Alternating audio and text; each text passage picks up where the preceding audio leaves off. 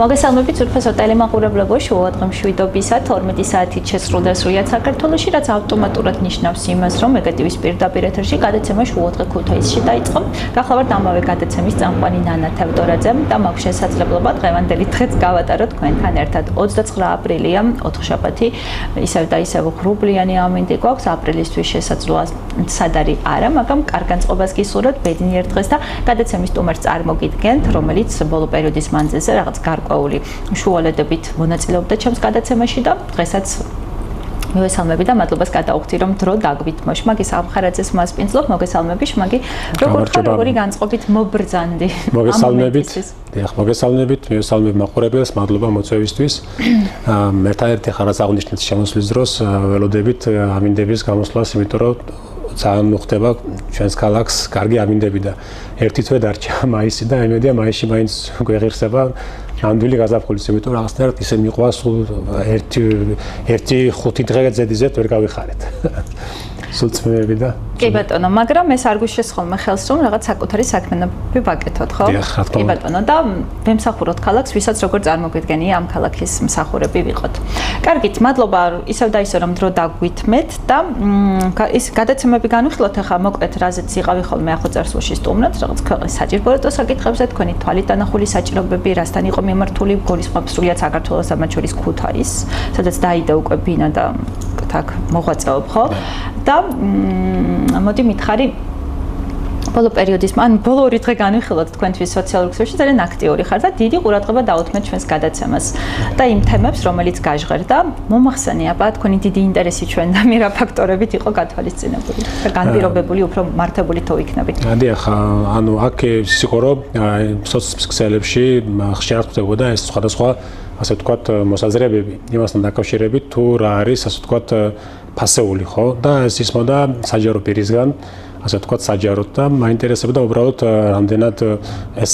კითხვა დავსვი რამდენად არის ეს ნორმა ზირთად ორი თავარი ის იყო მოსაზრება ესეთი რომ ერთი ადამიანში თავარი არის არა ადამიანობა არამედ ფული და მეორე კითხვა იყო ის რომ სხვადასხვა მთავრობების დროს ასე ვთქვათ ციტირება შეგიძლია განახორციელო სამთავრობას გადაახდა ხო ადური არ არის გადაახდა სამთავრობას დიახ და ანუ რამდენად სხვადასხვა მთავრობები რო იცვლება და რამდენად საამაყო არის ის რომ ერგების სხვადასხვა მთავრობას როგორც ეს იყო წარმოდგენილი და ეს კითხვა დავსვი მეც უბრალოდ ამაზე მინდა ვისაუბრო რამდენად რატო დაინტერესდი თავად ამ საკითხით იმიტომ რომ მეც ხა რა ვიცი ამ ქალაქში ცხოვრობ ამ ქვეყანაში ცხოვრობ და როდესაც ასე ვთქვათ საჯარო პირი აკეთებს ასეთ განცხადებას ანუ ეს ეხება ჩემი აზრით მეც მეხება როგორც მოქალაქეს და ამ ქალაქის მაცხოვრებელს და ამიტომაც მეც ხა დავსვი ეს კითხვა რამდენად არის ეს ნორმა ჩვენი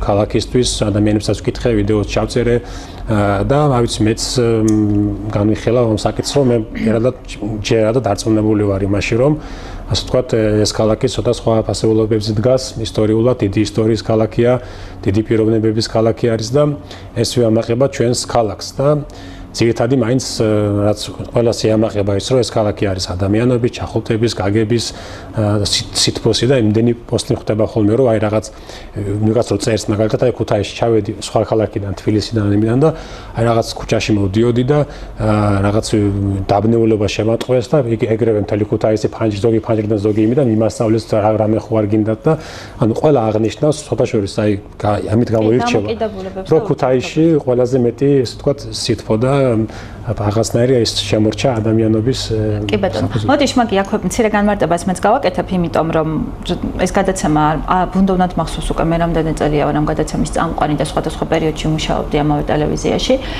მაგრამ ჩემი პირადი მოსაზრებების გამოხატვას ყოველთვის ვერიდები იმიტომ კი არა რომ არ გამაჩნია პირიქით ყოველთვის გამაჩნია ჩემი აზრი რომელსაც ჯიუტად ვიცავ აგერ უკვე მე რამდენი წელია უბრალოდ არც ამ ადამიანის და მოდი ვთქვათ ხო ბატონი დავით ლეკლიკაძეზე არის საუბარი ადვოკატად გამოვდგები და არც არავის უთხოვია და არც ვაპირებ იმიტომ რომ მე მაქვს ჩემი ხედვები და ამ ხედვებზე ვდგავარ და ვფიქრობ რომ ვცდილობ ვიყო კარგი მოქალაქე კანონმორჩილი და ჩემი ღირებულებებიც მქონდეს მაქვს თქვა რომ ყველაფერს ვაკეთებ რომ მქონდეს თუმცა მოდი დავიწყოთ საზოგადოების ის ნაწილი რომელიც მაგალითად პოზიციას აფიქსირებს ხოლმე სოციალურ ქსელში მაინტერესებს აი თქვენ როგორც ვფიქრობ ესეთი ახალგაზრდა ადამიანი, რომელსაც გული შევდგევათ ქუთაისზე, თავისუფლება როგორ გესმით და რამდენად განიხილავ თავისუფლებას, რომ პირადი აზრი დააფიქსირო და ეს დაფიქსირება იყოს უბრალოდ შეურაცხმყოფელი. ანუ რატო გვიჭერს ადამიანებს, თუნდაც ქუთაისში არ ვიცი, ბევრი კომენტარი ამოვიკითხე და ლოკაცია არ ვიცი ამ ადამიანების, შეიძლება იმიგრაციაშიც იყვნენ, მე არ ვიცი, მაგრამ რატო შეიძლება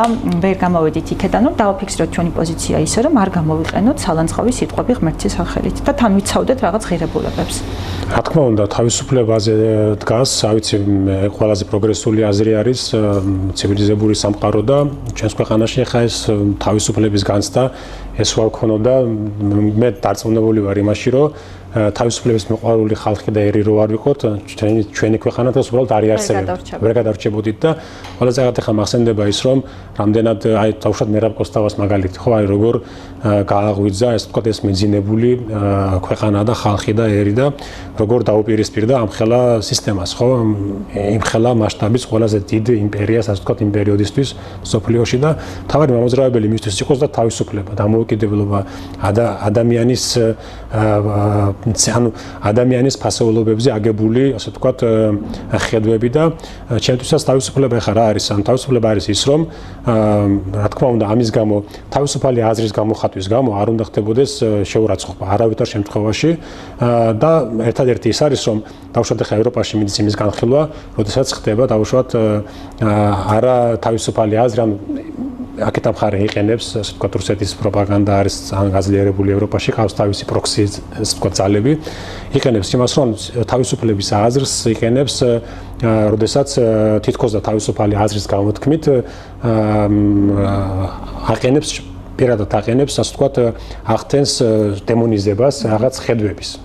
და აქ უკვე მიდის იმაზე საუბარი, რომ ანუ ეს პროპაგანდის საკითხი არის და მეც ახლა ბოლო დროს აი პროპაგანდის წინააღმდეგ გადაცემას მაქვს და ამას ვიკვლევ პროპაგანდის კურსულებით ვარ დაკავებული ბოლო პერიოდი განსაკუთრებით და ანუ აი ამ ნაწილში აი ნახეთ თუკი ჩვენ ხედავთ რომ ეს არ არის უბრალოდ თავისუფალი აზრი და მისი მთავარი ამოცანა არის საზოგადოების გახლეჩა და პირისპირება სიძულვილის ენა ანუ ეს ძალიან რთული საკითხია თუ სად გადის ეს სიძულვილის ენა და ამის რეგულირება ევროპაში დაწყებული არის. ამიტომაც მეც ვემხრობი იმას, რომ რა თქმა უნდა, თავისუფალი აზრი არის საფუძველი ნებისმიერი რესპუბლიკის დამოუკიდებელი სახელმწიფოსი და ამაზე უნდა ედგას ჩვენი ქვეყანას. ხო, ჩვენ ერთის მხრივ თუ ერთი ადამიანის სიძულვილის ენას, ვთქვათ, უარყოფით კონტექსტში განვიხილავთ, ხო, შეიძლება რომ ჩვენი მოსაზრება იგივე სიძულვილის ენის ფარგლებში გამოვიყენოთ ხვის წინააღმდეგ, ანუ რასაც ვებძვით იგივენაირი სახე ხო არ უნდა მივიღოთ. რა თქმა უნდა, მეც მაგას ვემხრობი და ჩემი მაგალითად ახლა არის ხოლმე რომ ყოფილა რაღაც რამოდენიმე ბლოგერი, რომელიც დავუშვათ აი მეც სულ მაგაზე ვსვამდი ხას, რომელიც მაგალითად აი დავაფიქსირე უბრალოდ ჩემი მოსაზრება რაღაც საკითხთან. ანუ ხედავდი რომ არ ვითარებდა იმ აზრებს დავუშვათ, რომელიც არის ასე ვთქვათ, ემსახურებოდა რუსულ პროპაგანდას. ესეთი ბლოგები თვითონ დამოუკიდებელი ბლოგერები და ახლა ვაკვირდებოდი ამ ადამიანს და რაღაც საკითხები რომ აშკარად ჩანდა რომ იყო ასე ვთქვათ ჩვენი ცივილიზაციური არჩევანის წინააღმდეგ მიმართული სიძულვილის ენი და რაღაცეთ ან რაღაც უზუსტობებს შევამჩნევდი, დაუწერე კომენტარი ერთ-ერთ მაგალითად და დაუწერე კომენტარი და ამაზე მოყვა ეგრევე გინება და მე მეთქი ახლა კომენტარებში და მე საჯაროდ უბრალოდ ავდექი და ჩავწერე ვიდეო იმაზე კი არა რომ ეს იგინება და ჩავწერე მეთქი ეს ამას რომ ამბობს ანუ აქ არის ცდომილება და სნელში რეალობა შეესაბამება ამ ფაქტ ჩეკინგით ჩავატარე ხო ანუ გადამოწმე ინფორმაცია რომ აი ეს იტყუება ეს ადამიანი ხო და ამაზე საპასუხო ვიდეოში მოხდა ჩაწერა ვიდეო რომელიც საჯაროდ იგინებოდა პირდაპირ უკვე კომენტარებში კი არა გინება დაიწყო ამაზეც კი ჩავწერე ვიდეო მეთქი რომ საპასუხო რომ მეთქი ნახეთ ანუ მე უბრალოდ მიუთითი ამ ადამიანს მოვყევი სიტუაცია რა ასე და რაღაც აზრი გამოთქვა დაუწერე კომენტარი აზრი იყო როგორი ეხლა ნახეთ ანუ მე ვარ ქართველი მაშსა და მე ევროპელი ეხლა მაგალითის დონეზე რომ ანუ ეს არისო მცდარი ცნებაო იმიტომ რომ მე ვარ ქართველი მაშსა და მე ვარ კავკასიელიო და მე უბრალოდ დავსვიკითხო რომ მეთქი მაგ ლოგიკით მოვთხარი ხა ესეთი კომენტარი მეწერა მე ვარ ესტონელი და მაშასა და მე ბალტიისპირელი ანუ ესეც ხო არ არის ანუ ეს მე ვარ ესტონელი და მე ვარ ბალტიისპირეთიდან და ვარ ევროპელი ეს ხო არ გამორიცხავს ანუ მე ვარ ფინეთიდან და ვარ ვთქვათ ნორდების სკანდინავიის იმ კუთხიდან და ვარ ევროპელი ხარ გამორიცხავს და ჩემი თავარი არგუმენტი იყო ეს, რომ მეთქი მე ვარ ქართველი, მე ვარ კავკასიელი და მე ვარ ევროპელი, ეს ასე ვთქვათ შეიძლება იყოს ეროვნულ დონეზე, რეგიონალურ დონეზე შენი თვით იდენტიფიცირება და იყოს ასე ვთქვათ ცივილიზაციური არჩევანი, საერთმიესწრაფი, ხო, დავუშვათ ან ისტორიულად გინდ რელიგია იყოს თავის დროზე, ეხლა გინდ ფასეულობები დემოკრატიული, რა არის შენი ასე ვთქვათ არჩევანი საზოგადოების. და ამაზე რომ მივუთით დაიწყო ასე ვთქვათ რაღაც გინება, შევარაცხყოფა და მე რაღაც ეტაპზე ეთყობა ბევრმა უთხრა თუ არ ვიცი რა მოხდა ეს ვიდეო წაშალა მაგრამ ყოველთვის ვაფიქსირებდი ამას რომ ოპონენტები ხალხაც არის ადგილობრივების არის ზოგი უცხოეთშია და ყოველთვის აქვთ ესეთი მეთოდი რა რაღაცა აზრს ასე ვთქვათ ძალიან ოსტატურად ნერგავენ საზოგადოებაში და როგორც კი შენ ამხელ ამ რაღაც ან მიუთით ან გააკრიტიკებ ხო გადმოდიან აგრესიაზე ახლა ერთ-ერთი იყო მაგალითად ანუ ძმები არიან აქედან არიან და არიან უცხოეთში.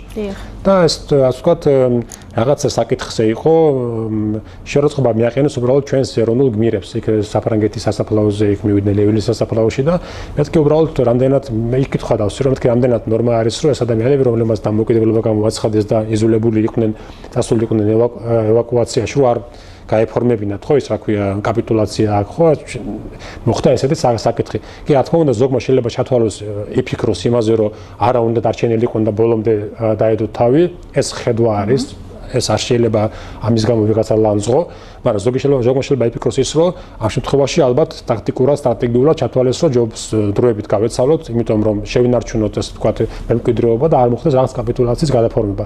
ეგ საკითხი არ დგას ანუ მე ამ თემაში არ შევდივარ. იმ ადამიანს მოსაზრება ეს იყო რომ ესენი არ მოღალატეებიო და მეთქი და ლანძღავდა მეთქი ჩავწერე რომ ეს არ შეიძლება ესე ეროვნულ გმირად არის გიორგი კვინიტაძე ხო და გამოცხადებული და იმასაც ლანძღავდნენ ოღონდ ესენი არა სხვები ლანძღავდნენ.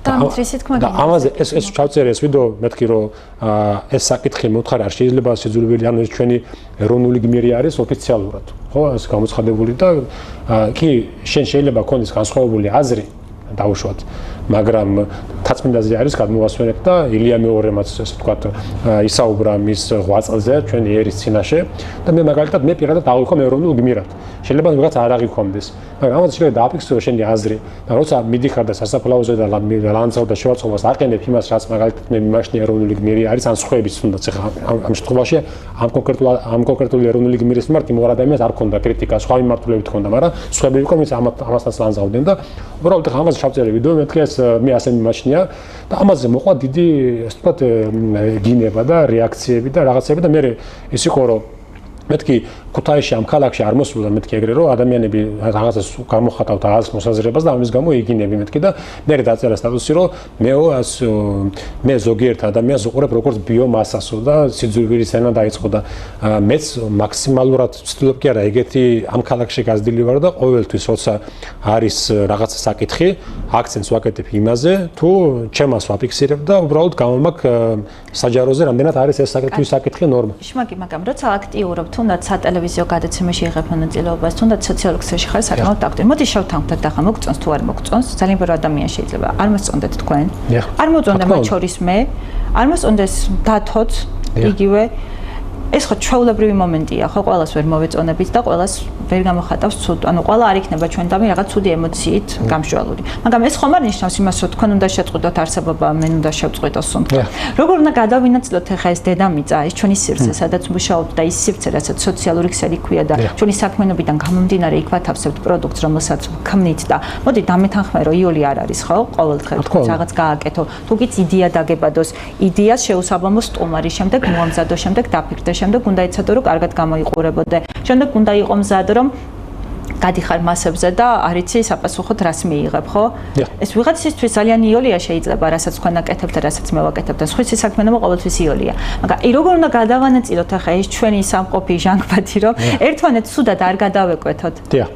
ნახეთ, მე მიმაჩნია, რომ ზოგადად იმ აზრს ვეყრდნობი ყოველთვის, რომ ნებისმიერი შრომა არის ასე ვთქვათ, მოითხოვს დაახლოებით ერთი და იგივე ენერგიას აკაკებით. ახლა ნახეთ, აი მოითხოვს დისციპლინას, მოითხოვს საკითხის შესწავლას და მე მაგალითად აი ესეთ დამოკიდებულება მაქვს, რომ შეიძლება ადამიანი აკეთებდეს რაღაც სოციალურ კონტენტს, შეიძლება ადამიანი იყოს უშუალოდ აკეთებს ახლა ბინას შენდება და მაშინ როგესმის. თუმცა ისეთი ძალით არა როგორიც იყო 12 საათამდე. შეიძლება ვიღაც არის მშენებელი, ხო? ანუ მე უყურებ, რომ ჩემთვის ახლა ორივე საკითხი არის შრომა და თავარი აქ არის ის, რომ რამდენად ღირსეული არის ეს შრომა.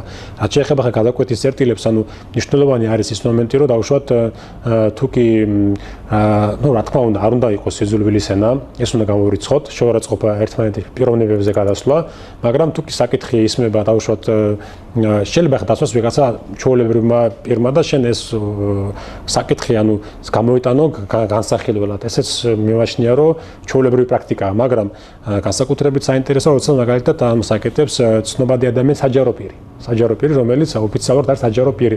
იმიტომ რომ ჩვენ ცხოვრობ საზოგადოებაში, რომელიც დაფუძნებული არის სოციალურ კონტრაქტზე. ასე ვთქვათ, სოციალური კონტრაქტი არის, ჩვენ ვართ მოქალაქეები, ვიხდით გადასახადებს და ჩვენ გვაქვს, ასე ვთქვათ, ვირჩევთ ხელისუფლებას, პარლამენტს, ესენი არიან ანგარიშ ვალდებულები, ხო? და ხდება ამ თანამდებობებზე დანიშნვა და სხვადასხვა, ასე ვთქვათ, ნებისმიერი ყოველდღიურად ახლა ჩვენ რაღაც რო ყიდულობთ ნივთს რო ვიძენთ მაღაზიაში, იქიდან გადასახადები მიდის ბიუჯეტში, ხო, ხა ეს ყველა მიცით. და ეს გადასახადებით ჩვენ გვყავს, ასე ვთქვათ, ხელისუფლება საჯარო პირები, რომლებიც არიან გამოხატავენ ჩვენი, ასე ვთქვათ, საჯარო რაღაც აზრს ან პოზიციას. აქედან გამომდინარე, მათი ნებისმიერი პოზიცია შეიძლება ნებისმიერ მოქალაქემ, ასე ვთქვათ, დააყენოს იმ კუთხით, რომ რამდენად ეს არის, ასე ვთქვათ, მიღებული ჩვენი საზოგადოებისთვის, ან რამდენად არის ნორმა. ახლა მე მაგალითად ახლა ამ კონკრეტულ შემთხვევაში პიროვნულად გულწრფელობაც ხო არის დასაფასებელი ისე. გულწრფელობა რა მხრივ? აი, თუნდაც ის რომ არ მალავდე რომ ფული გიყვარს და ხო? ანუ გულწრფელობა შეიძლება ადამიანმა ითამაშო და დამალოს. ხო, მაგრამ მან აი, როგორ ხედავ ამ საკითხს? მართლა მაინტერესებს თან, აი, რატო ამახვილებ ყურადღებას, რომ აი რისი საჯარო მოხელის, ანუ რა როლი აქვს, აი ვთქვათ, რა ხელწიფება და ისე კარდინალური ცვლილებების შეტანა ქუთაისის სასიკეთოდ, აი როგორ წარმოგიდგენი, აი მართლა მაინტერესებს. დიახ, ნახეთ ახლა აი გულწრფელად რო ვთქვათ, გულწრფელად ამ ქალაქში არც ერთი ადამიანი არ იტყვის იმას, არც ერთი ადამიანი დარწმუნებული ვარ. მე თვითონ განსაკუთრებით ამ ქალაქში და ვიტყვი ახლა რატომ. არ იტყვის იმას, რომ რატომღაც თვითქოს და სიღარიბე ადამიანს ან სიტუხჭირე მოწონს და სიმდიდრე მიაჩნია ცუდ საკითხად. ამას არავინ არ გულწრფელად არავინ არ იტყვის. ყველა ადამიანს უნდა რომ კონდეს ღირსეული, ასე ვთქვათ, საარსებო პირობები. ზუსტად ამ ქალაქიდან ახლა რომ დაუბრუნდე იმ თავარ საკითხს, ამ ქალაქიდან ყველაზე მეტად ამ დამოუკიდებლობის პერიოდში 39 წლის განმავლობაში ხო ეს ქალაქი დაზარალდა. დაზარალდა იმით, რომ ყველაზე მეტად დაეწყო, ასე ვთქვათ, ემიგრაცია და სხვა საკითხები. აქედან გამომდინარე, მე დარწმუნებული ვარ იმაში, რომ ადამიანები, რომლებიც აქედან წავიდნენ ემიგრაციაში, შრომობენ გულწრფელად, შრომობენ იმიტომ, რომ შეინახონ ოჯახები და სხვადასხვა ერთი ტრენდი გამახსენდა.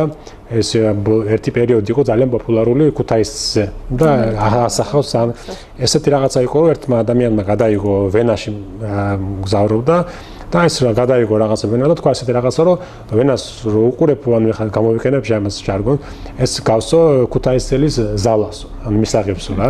ხო და ანუ ეს იმდენად თან ესე იყო რაღაც მოლამაზებული ეს ვენა და ხო იცით ეხლა ძალიან ლამაზი ქალაქია, მგონი რა ვიცი ყველაზე ლამაზი. მეტად ლამაზი ქალაქია და გაპრანჭულია და აი ქუთაის იმდენად მოერგო ამ ჩვენს რაც არის ცნობიერში ხო ამ ქუთაისის ქალს რა უხდება, რომ ესეთი ხალხი ვართ და ეს ამ ხმას იყენებდნენ ვინც კი ჩადიოდა ვენაში და ვენას რო იღებდა ადებდნენ ამ ვთქვათ ვოის ხო ამ ხმას. ეხლა რატომ მოვიყვან ეს მაგალითი? ანუ დარწმუნ მე ეხლა რომ დავდივარ ქუთაისში, ყველას გვაქვს ესეთი ჩვევა, რომ გვინდა რომ ჩვენი ასე ვთქვათ ყოფა მაქსიმალურად პირიქით სიღარიბე და სიდუხჭირე არის სირცხვილი. და არ ეკადრება ჩვენს ხალხს და ჩვენს საზოგადოებას, არავის არ ეკადრება ზოგადად, არა მხოლოდ ჩვენ ხალხს. ამიტომ ამას ადამიანები ანუ პირიქით ცდილობენ რომ სტუმარი რომ მოვა, ეს სტუმართ მას მენძლობა ხო არის სტუმარი რომ მოვა, მაგრამ მაქსიმალურად დაანახონ, კარგად დახვდნენ სტუმართ მოყვარეობა და აჩვენონ. საკუთარი ლუკმა შეიძლება დაუთმონ და შვილი მშიერი დარჩეს, ხო? ესე უკიდურესი ბავშვობა გვახსოვს, ხო? შოკოლადების გადამალვები. ხო, რადებს ახლა ამაში, რომ ესე გამაში დევს ის რომ ჩვენ საზოგადოებისთვის ანუ მე ვასწვნი, რომ თან კიდე გამოხმაურებიდანაც გამომდინარე, რომ პირიქით ნორმა არის ღირსეული ცხოვრება და ასე ვთქვათ, კარგად წარმოჩენა საკუთარი თავის.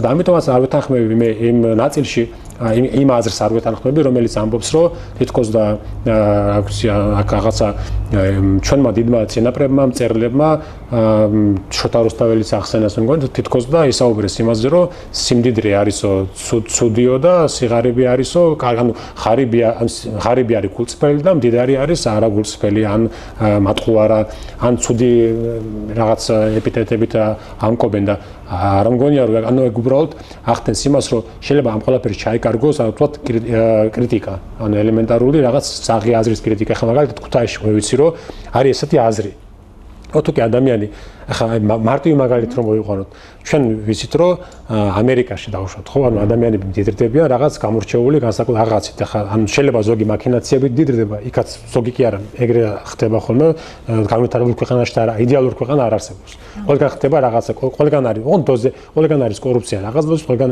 მაგრამ ჩვენ ვიცით რომ ეს ადამიანები რომლებიც არიან ცნობადი გამორჩეული ნიჭით მაგალითად არის ზოგი ქმნის დავუშვათ Facebook-ს და იყო ვიღაცა ახლა Steve Jobs-მა რომელმაც შექმნა iPhone-ი ხო თავის დროზე ყველა ვიცით რომ იყო რაღაცა ვეგანი რომელიც სტაფილოს ფეხშეშველი დადიოდა და სტაფილოს ჩამთავრდა ძალიან გაჩვენებულ ცხოვრობდა მაგრამ იმან ისეთი რაღაცა პროდუქტი შექმნა რომელთაც ეს გამდიდრდა სიტუაციაზე ხო Bill Gates-ის ხები რაღაცას ქმნიან პროდუქტს და ხა მე აქ კითხვა იმიტომ ჩდება რომ საქართველოში ხა მაგალითად ჩვენს ქვეყანაში ხო ვიღაცამ რაღაცა გააკეთოს და ამით მოიპოვოს სიმდიდრე და რაღაცა არასოდეს არ კონკრეტულად საუბრობ თუ ზოგადად საუბრობ კონკრეტულად ზოგადად ნახეთ ვიღაცამ საქართველოში რომ ეგეთი ხედვა არ შემხოდრია რომ დაგავშოთ არის რაღაცა გამორჩეული ექიმი ან რაღაცა პროფესორი ან ვიღაც რაღაც მოიგონა ესეთი გამორჩეული და ამით ასე ვთქვათ დაუფასდა და მიიღო პატიოსნად ამ ყველაფრიდან თანხები და რაღაც ამ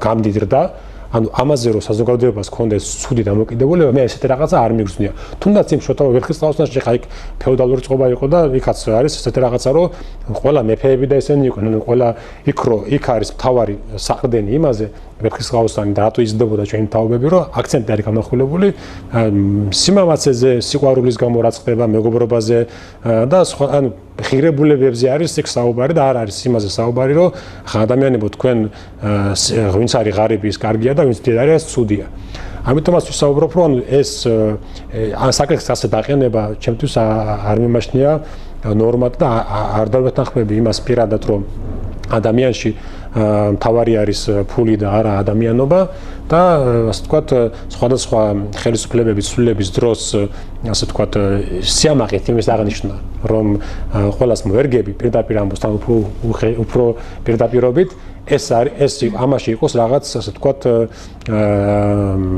რაღაც აი ფასეულობებზე დაგებული. ეს ადამიანი იმასაც ამბობს, როგორც მახსოვს, უკვე მეორედ თქვა ეს ჩემს გადაცემაში იგივე ფრაზა, რომ არც ერთმა მათგანმა არ გამიშვა და მე ხო არ ვთხოვდი გამიშვია. თავრობების ბრალი ხომ არ არის სექტა, არა უშუალოდ ამ ადამიანის მიერ. ხო, მაგრამ მან და ის ხო არ ვიცი ახლა მე ციტერებას ვამბობ თორე ახლა მისი სულიერი სამყარო და ჩემის გამოკვლევა მიჭირს ხოლმე და სხვა სულიერ სამყაროს როგორ ჩავწვდე რას გულისხმობდა. გასაგები არის და მაგრამ ამ დილემის წინაშე შეიძლება ბევრი ადამიანი აღმოჩენილა ბევრს ქონია ესეთი რაღაცა. ნახეთ ახლა როგორ რაღაცა ხდება რომ ჩვენ მახსოვს ახლა თვითონ დადო თავის გვერდზე ძველი ფოტო იყო ესეთი რომ ეცვა შუაზე გაყოფილი მაისური. ხო როცა ხელისუფლება იცვლებოდა ეს ცენა ხელისუფლება ნაციონალური მოძრაობის და მოვიდა ქართული ოცნება ეცვა მაისური რომელიც ნახევარზე იყო ქართული ოცნება ნახევარზე ნაციონალური მოძრაობა და ეს იუმორით აღნიშნა რომ ეხლა დღეს ასეთი მაისურით მივეც სამსახურშიო თავის Facebook გვერდზე ედო ესეთი რაღაცა ეხლა ხდება ერთი არის ის რომ რა თქმა უნდა ხელისუფლებები რო იცვლება ყველა სჭირდება ეს სიტყვაზე დაუშვათ შეიძლება სჭირდებოდეს ადამიანი რომელიცაც აქვს დიდი გავლენა საზოგადოებაში იმის გამო რომ ამ კონკრეტულ პარტიას კონდეს უფრო მეტი ასე ვთქვათ და დათოს რა გავლენა უნდა ქონდეს საზოგადოებაზე ანუ რამდენად დიდ ფიგურა მიგაჩნია მაშინ რომ მასების მართვა არ მიყვარს ეს ტერმინი მაგრამ როგორ ხედავ ამას კი დავამტარებ უბრალოდ ამ აზრს ხო და ამ შემთხვევაში როდესაც ეს შეიძლება იყოს ასე ვთქვათ საზოგადოებისთვის ცნობადი სახეები თეატრი იქნება მსახიობი იქნება რომლებსაც აქვს ასე ვთქვათ რომლების მიმართ ანუ რომლებიც აფიქსირებენ აზრს საჯაროდ და საზოგადოებაში აქვთ ასე ვთქვათ რაღაც აზრის ეძახიან ეჯენდა, ანუ აზრის ფორმირების რაღაც მომენტში განგავლენა, ხო, ამას ესეთი ჩვეულებრივი, ანუ ინფლუენსერს ეძახიან დღეს უკვე ამ ყველაფერს, ხო? ახლა ის თქვა მინდა ნახეთ, ნებისმიერი, ასე ვთქვათ, ნებისმიერი შეიძლება არა, მაგრამ სხვადასხვა დოზებით, მაგრამ ნებისმიერი პარტია, რომელიც მოდის ხელისუფლებაში, ცდილობს რომ რაც უფრო მეტი, ასე ვთქვათ, საჯარო გავლენის აზრი იქნება მასთან, ადამიანი, ანუ ეს ადამიანი, ასე ვთქვათ, მიიმხროს, ხო? ჩვენ ვიცით რომ აი თუნდაც ევროპაში წახდება ხოლმე ცვლილებები, ხა ბოლო დროს ნაკლებად არის, მაგრამ ცდილობენ რომ აი ვიღაც თუ არის ბლოგერი ან რაღაც აფიქსირებს, რომ მე ამას უჭერ ხარს, ეს პარტია მოწონს, მაგრამ როცა საუბარი არის იმაზე, დაუშვათ რომ რაღაცები ხდება ქვეყანაში, დაუშვათ ის რაზედაც ანალოგიურად საზოგადოება მოითხოვს დაუშვათ აზრს. და ამ შემთხვევაში შენ იმით კი არ პოზიციონირებ, დაუშვათ რომ აი ანუ ფასეულობებზე კი არ აკეთებ აქცენტს, ამ შემთხვევაში აკეთებ აქცენტს იქიდან გამომდინარე თუ პირდაპირ ამბობს, თუ რა არის შენთვის სარგებელი. და ამის მაგალითები იყო, რომ დაუშვათ აი რაღაც ხდებოდა ქვეყანაში, რაზედაც ტრადიციულად ეს ადამიანი შეიძლება ფასეულობებზე დაყრდნობით რაღაცებს აფიქსირებდა აზრს, მაგრამ კონკრეტულ შემთხვევაში ეს არ გააკეთა. თუ მილიამ ჯობინა? დიახ, და ამ შემთხვევაში უკვე ჩნდება ის განცდა, რომ ანუ ადამიანებში რომ ანუ ესე იგი გამოდის რომ ეს საუბარი იმაზე კი არ არის რა არის ნორმა და რა არის ფასეულობები, ხო, ჩვენ საზოგადოებისთვის საუბარი არის იმაზე, რომ ადამიანი უბრალოდ მისთვის ფასეული არის სარგებელი. და როცა ამას აფიქსირებს, ჩემთვის თავარი ის კი არ არის რომ მე ხა ჭირდები დაუშვათ ჩემი გამორჩეული რაღაცა ცოდნით დაუშვათ აი სამხედრო წარმოებაში რაღაცა დეტალის ცნობით, ხო, ანუ რაღაც სხვა სფეროში. არამედ იმით, რომ მე სარგებლობ და ასე ვთქვათ, ნებისმიერი პარტია, რომელიც არ უნდა მოვიდეს, იმ პარტიას რაც დაჭირდება, იმას გავაკეთებ. ასე აღიქმნება. და აქ ამ ფასეულობებზე საუბარი უბრალოდ და უამრავი ადამიანს ხოთაშორის დადგა ამ საკითხის წინაშე და ყველას ქონდა შეთავაზებები. ეხლა მე ბევრი საჯაროდაც ისაუბრეს ამაზე, მაგრამ როდესაც იყო საუბარი კონკრეტულ საკითხზე, თქვენს რომ არა, ჩემი აზრი არის ეს ღიად, ამის გამო თუ კი მე სამსახურს დავკარგავ, კი ბატონო დავკარგო სამსახური, მაგრამ ჩემთვის სამსახური და ეს ხელფასი და დამატების სარგებელი კი არ არის მთავარი, ჩემთვის არის მთავარი ადამიანობა და ფასეულობები და ამის გამო ბევრმა დაკარგა სამსახური. ბევრი ყოფილა ეგეთი მაგალითი. ხო და ეხლა ჩემს პირადად მაგალითზე რომ ვისაუბრო, ანუ სხვების განაზრების მსმენი ესეთი რაღაცა. და ამიტომაც ვიძახი ხა მეც მიშდება ეს კითხვა. ანუ შეიძლება მე ვცდები სიტყვაზე, ხო, ან შეიძლება სხვები ვცდებით. ამიტომაც მეც ვსვამ ამ საკითხს, რომ თუ კი ამ საზოგადოებისთვის არის თუ არა ეს ნორმა, ანუ ასე უნდა ვიქცეოდეთ და ეს არის მისაბაძი მაგალითი თუ ეს ქალაქი დგას ფასეულობაზე. მაშინ ვინმეს როცა ჩვენი პირადი აზრი გვაქვს მაინტერესებს. მე რატო უნდა მომბაძოთ რაიმეში, როცა თქვენი პირადი აზრი. ხო და პირადი არჩევ ხო რა არის კარგი და რა არის ცუდი. რაც არ უნდა ცუდი გითხრა ახლა, რო გახვალ გააკეთებ. ხო და მან მთავარი საკითხი იმას უბრუნდება, რომ როდესაც ამას აკეთებს ადამიანი, რომელიც არის საჯარო პირი და ამას ფასეულებება წარმოგიდგენს და აქვს კიდე ასე ვთქვათ ინფლუენსერ საჯარო პირის გარდა არის კიდე ასე ვთქვათ ინფლუენსერი, ხო?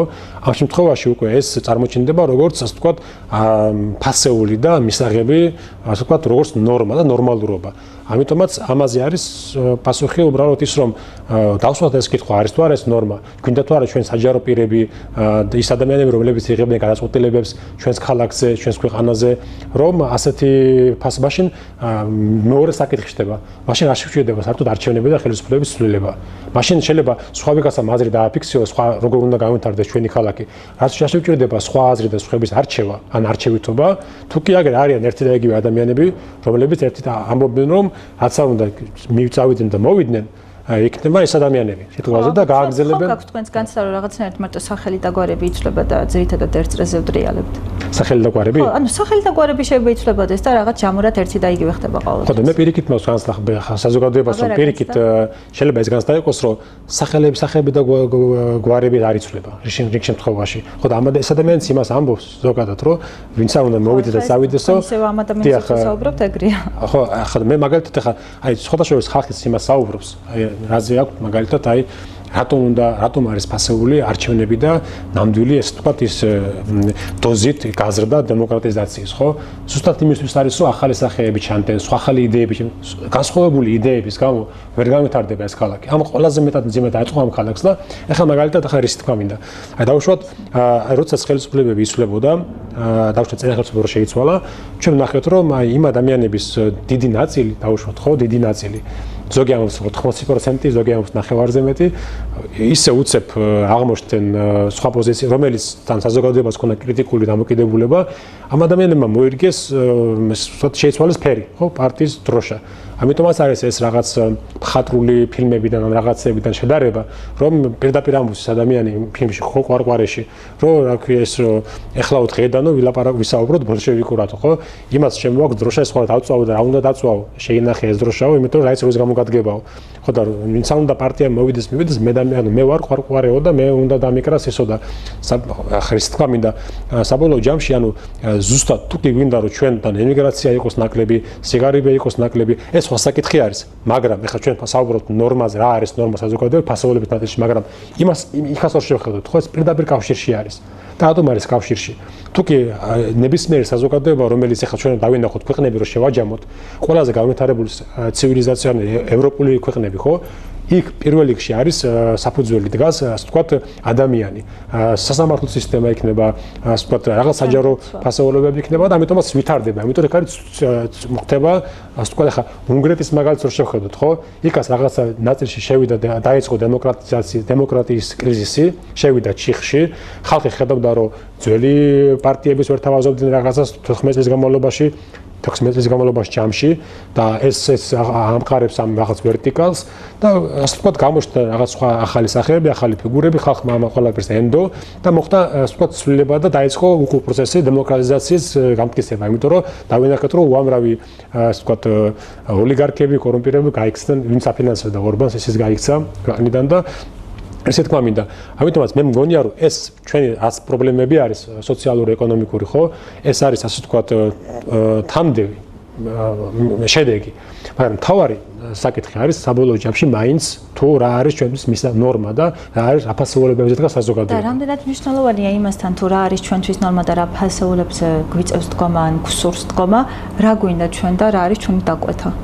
საზოგადოების? ხო, ანუ ამ შემთხვევაში ერთიანობა გვაქვს. რა თქმა უნდა, მე მაგალითად ახლა არის ხოლმე ესეთი აზრი მუსირებს რა, ხშირად მესმის ხოლმე რომ თითქოს და ჩვენ რაღაცებზე არ ვთანხმდებით, ჩვენ არასოდეს არ შევთანხმდებით, ხალხი არის ყველაფერში დამნაშავე, რაღაცა ჩვენ და ეს ყველაფერი საიდან მოდის, რომ ვასკვნი იმას, რომ ანუ რაღაცა შეიძლება უცხო ძალა იქნება თუ სხვა იქნება, ანუ ესეთი განსამიშტება, რომ ვინც არ არის ამაში დაინტერესებული, მაგრამ როგორც კი ესაუბრები ადამიანებს, ანუ აი ვნახოთ ახლა ხო აი ჩვეულებრივი რა თქმა უნდა ყველას უნდა რომ ცხოვრობდეთ, ყველა თანხმდება იმაზე, რომ ყველას გვინდა დავძლიოთ სიდუხში, არავის არ უნდა ამ ქალაქიდან წასვლა.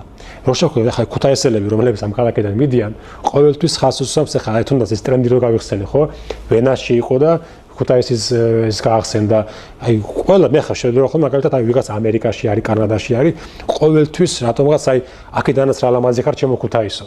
აი თუ აკვირდებით ხო, აი აქედანაც და იღებენ რაღაც ვიდეოს და ესე იგი იმ ადამიანს გამოდის რომ ადამიანს ეს ქალაქი უყვარს და აქედან ის ადამიანი იმის გამო კი არ წავიდა, რომ მისთვის მთავარი არის ფული. წავიდა იმის გამო, რომ გადაარჩინოს ოჯახი, გადაარჩინა და იმ ფასეულებებს ატარებს, არ შეიცვალა თავისი გარეგნობა, იმ ფასეულებებით არ ცხოვრობს. იმას უბრალოდ მოხდა კატაკლიზმები და აი რაღაცა 90-იანები იყო, სხვა პრობლემები იყო, ეხლაც რაღაცები მოხდა და ადამიანებმა რომ გადაარჩინონ ოჯახი, სიგარები ზუსტად იმის გამო, რომ სიგარები არ იყოს ფასეული და სიღატაკე და ეს ყველაფერი გააკეთონ ფასეულებების გამო, ღირსების გამო, ეს ადამიანი ღირსეულად წავიდნენ აქედან, შრომობენ და იმით რომ მალე დაბრუნდებიან და ასე ვთქვათ იქნებიან ამაყად თავის ქალაქში. ამიტომაც მე მგონია ამაზე ყველა თანხმდებით. ანუ ყველას გვინდა რომ კარგი ჯანდაცვა გქონდეს, კარგ ფასეულობებზე ვიზრდებოდეთ, კარგი განათლების სისტემა გქონდეს, ასე ვთქვათ არჩევითობა იყოს და არ იყოს ეს სიძულვილი და ემიგრაცია და ცუდი პრობლემები.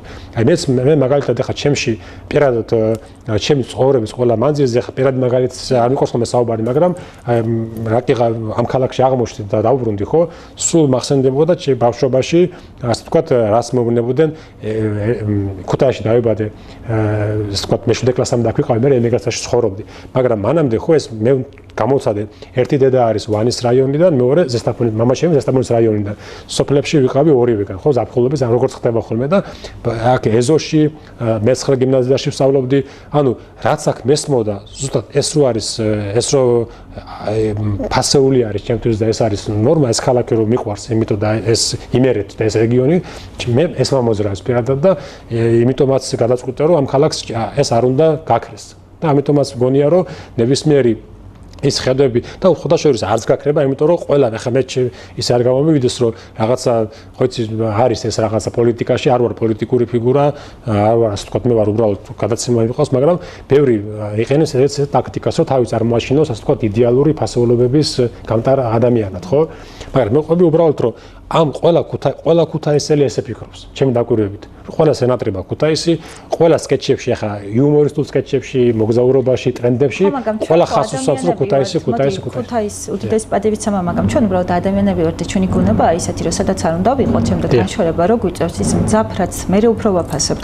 ესეც არის ხო ჩვეულებრივი ადამიანური მომენტია, მაგრამ ქუთაისმა რო კიდევ უფრო სხვაგვარი და მძაფრი მონატრება იცის, ეს სხვა ფენომენია კიდე, რომელსაც ალბათ თავად მეცნიერებაც კი ვერ ამოხსნის. თუკი, მაგათ აი ჩვენი ძირითადი თემა ხარ ის გამოც დაგპატიჟეთ გადაცემაში, იმიტომ რომ გადავხედეთ თქვენს გვერდს იმდენ გზის იყო ის ამონარიდები, რომ დავფიქრდი, რომ იქნებ რა გავაკეთა მეთქი ისე არასწორად, რომ ამ კუთხით იქნა განხილული, მაგრამ ხომ არ ფიქრობ, რომ როცა საუბრობ აი განათლების სისტემაზე და ესეთ კარგ განათლებაზე, თუკი ჩვენ ვიქნებით განათლებულები, მაშინ იოლად მოგვახვევენ ადამიანები მათ აზრებს. თუკი განათლებულები იქნებით, იოლად მოგვახვევენ მათ აზრებს და არა, თუ კი მე ვარ ძალიან განათლებული მაგალითად და ჩემი აზრი მაქვს, თქვენ ვერ მომახვევთ თქვენს აზრს, ხო? თუ გინდათ შემიყვანოთ შეცდომაში და სწორგზაზე ვიყოთ და გშურდეთ უბრალოდ და ჩამიცრიოთ რაღაც მორევში.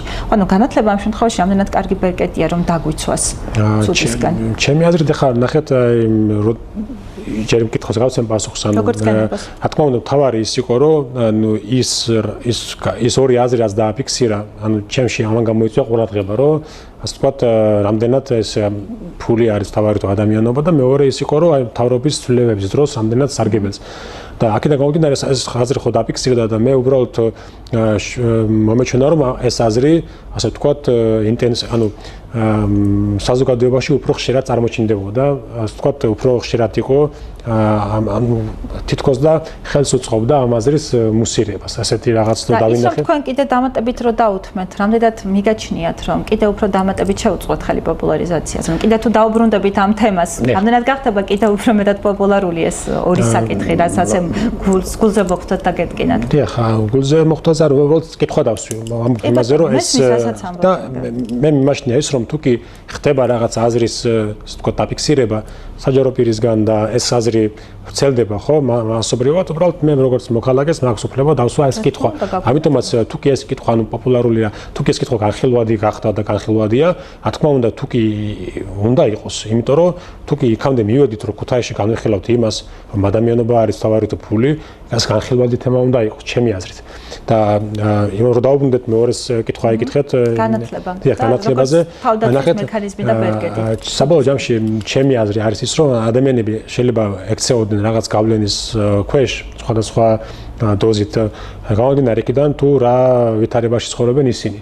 და რა გარემო მარტო ანუ შეიძლება იყოს ადამიანს ქონდეს რაღაც მიღებული ვთქვათ დიდი განათლება რაღაც, მაგრამ გარემოება იყოს ისეთი ან ქვეყანა ან ქალაქი ან რაღაც ისეთი გარემოება იყოს, სადაც ამ ადამიანს გაუჭირდება ასე ვთქვათ თვითრეალიზება და ასე შემდეგ.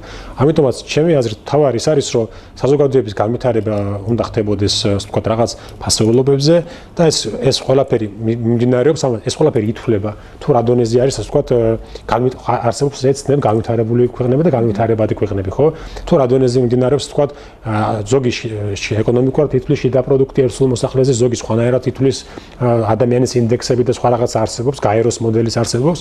ანუ თავარი ის არის, რომ თუკი ჩვენ ხედავთ რომ საზოგადოებაში მთავარი წესები ასე ვთქვათ ძირითადი პრობლემური საკითხები გვარდება, ეს ყველაფერი და ეს განათლებაზე ხელმისაწვდომობა რაღაც ერთი პრობლემა იყო, რომ რაღაც სკოლაზე იყო რა, რაღაც სკოლა დაინგრა, ბავშვები გადაიყვანეს, ახლა გასაგებია შეიძლება სხვაგან შეიყვანო, მაგრამ ყველას უნდა ქონდეს ღირსეული გარემო განათლების მიღების და ამას კიდე ემატება ის, რომ უნდა იყოს ასე ვთქვათ საშუალო განათლება, სკოლის განათლება უნდა იყოს, ასე ვთქვათ ჩატარდეს რეფორმები და ხელმისაწვდომი არა თუ ხელმისაწვდომი უნდა იყოს ყვება იქნება თუ ასე ვთქვათ მასწავლებლების გადამზადების ხარისხი, რომ ადამიანებმა ცხოვრებაში სანამ გავლენ, ხო ამ სრულწლოვანები გახდებიან, სრულფასოვანი მოქალაქეები, მათ კონდეთ ასე ვთქვათ კრიტიკული აზროვნება.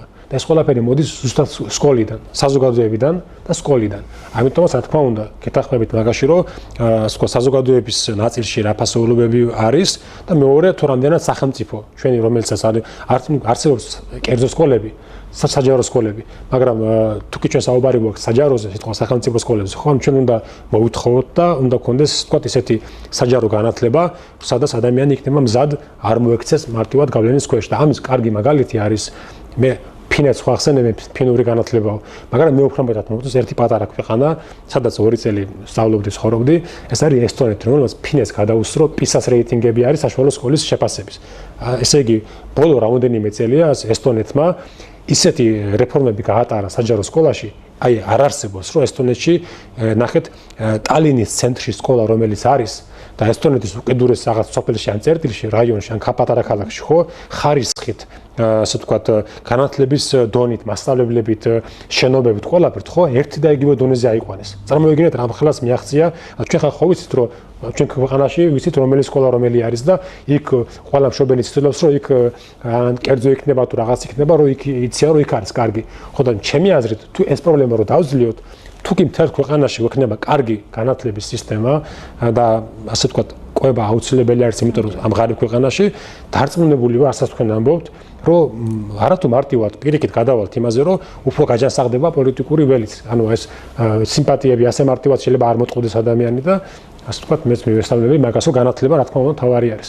შმაკი, 2 მაისი ახლოვდება, რადგან ეს ქალაქი ესე ძალიან გიყვარს, დაგეკითხები, როგორ ქუთაისში გსურთ ცხოვრობთ?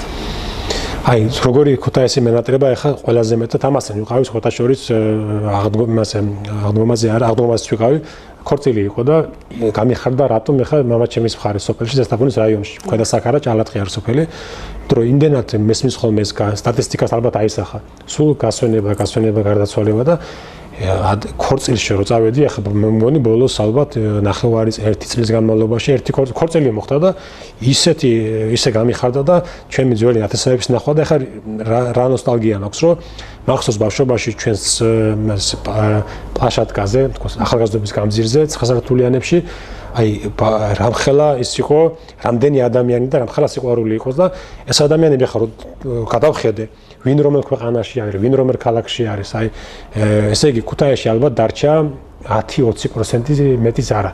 ზოგი თბილისშია, ზოგი ბათუმშია, ზოგი, რა ვიცი, ევროპაშია, ზოგი კანადაში, ზოგი ამერიკაში. მე ჯვარი ვიყავი ჩემი მეგობრის ერთ-ერთის და ახლა ამერიკაში არის თქოზე, ხო? აი მინდა რომ ეს ადამიანები დაბრუნდნენ ამ ქალაქში, ეს ქალაქი შეავსონ და ქუთაისი იყოს, ქუთაისმა არამხოლოდ ადამიანები არის მთავარი და ქუთაისმა მეორე კიდე დაიბრუნოს თავისი კუთვნილი ადგილი ამ ქვეყანაში. არ შეიძლება რომ ამ ქვეყანაში ქუთაისი ყველაზე აი სიმბოლო არის.